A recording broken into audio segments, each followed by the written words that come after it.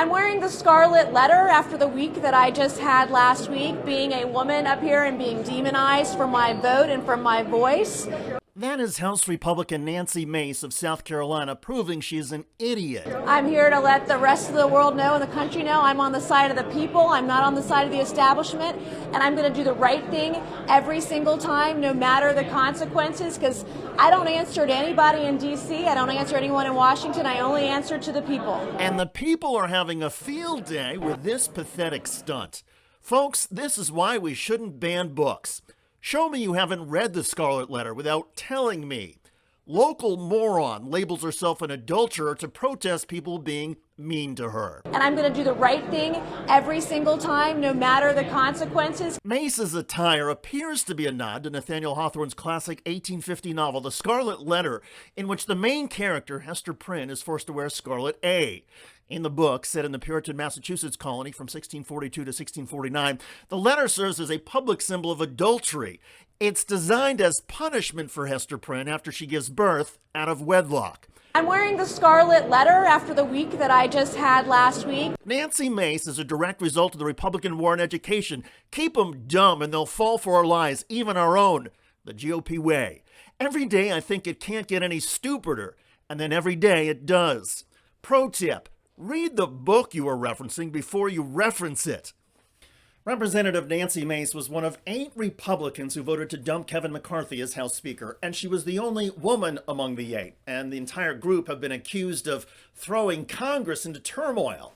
Mace wore her red A on her shirt as she walked into the candidates forum where the leading contenders to replace McCarthy addressed the Republican caucus. Mace's apparent cluelessness over the letter came in the wake of her cluelessness or intentional disregard for the controversies surrounding Jim Jordan. Mace endorsed Jordan, and then Mace went on a Sunday morning talk show and generated a firestorm. I know you've been outspoken about defending victims of sexual assault due to the past allegations against Jim Jordan that he turned a blind eye to sexual abuse. Give you any reservations? I'm not familiar or aware with that. He's not indicted on anything that I'm aware of, and so I don't know anything and can't speak to that.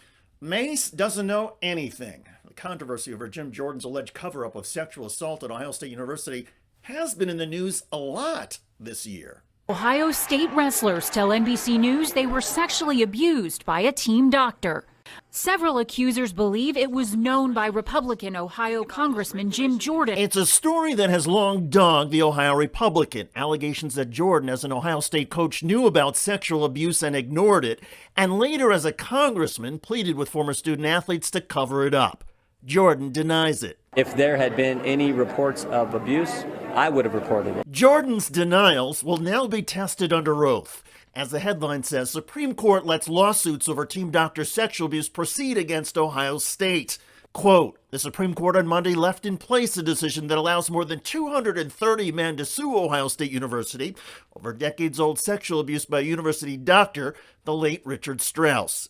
The Supreme Court decision from the spring is terrible for Jim Jordan because it means the plaintiffs can continue gathering evidence and have their stories told in a courtroom. And again, those stories are that the team doctor was a serial predator and that Ohio State University officials and staff, including Jim Jordan, engaged in a cover-up. A few former wrestlers have alleged that Jordan's efforts to squelch the allegations intensified over the past few years as his political profile grew. Jim Jordan called me crying.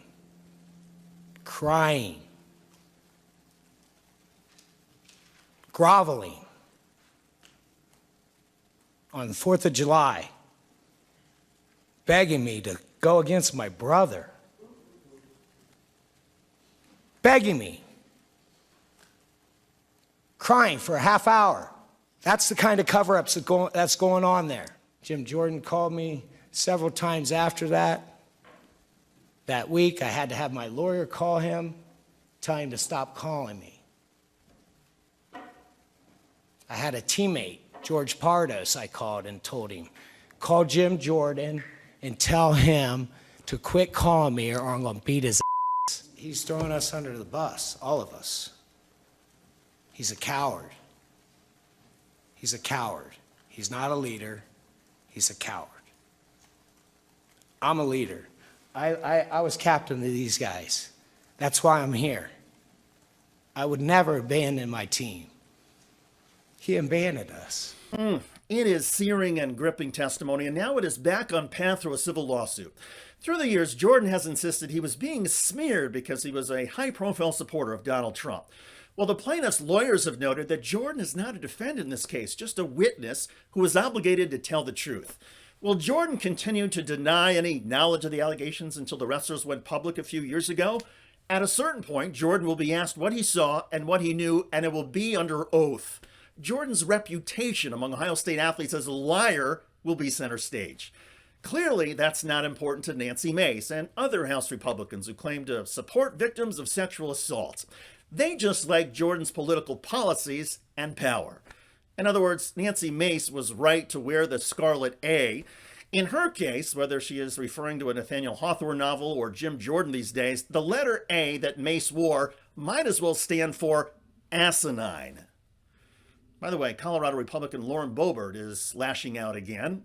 Well, I mean, Matt Gaetz has said that he said if he puts this on the floor, he said that if he relies on Democratic votes, he will no longer be Speaker. Sure, but if he puts it on the floor, focus is getting the federal government funded as we ought to. Check out that video at the link below. I'm David Shuster. Thanks for joining us.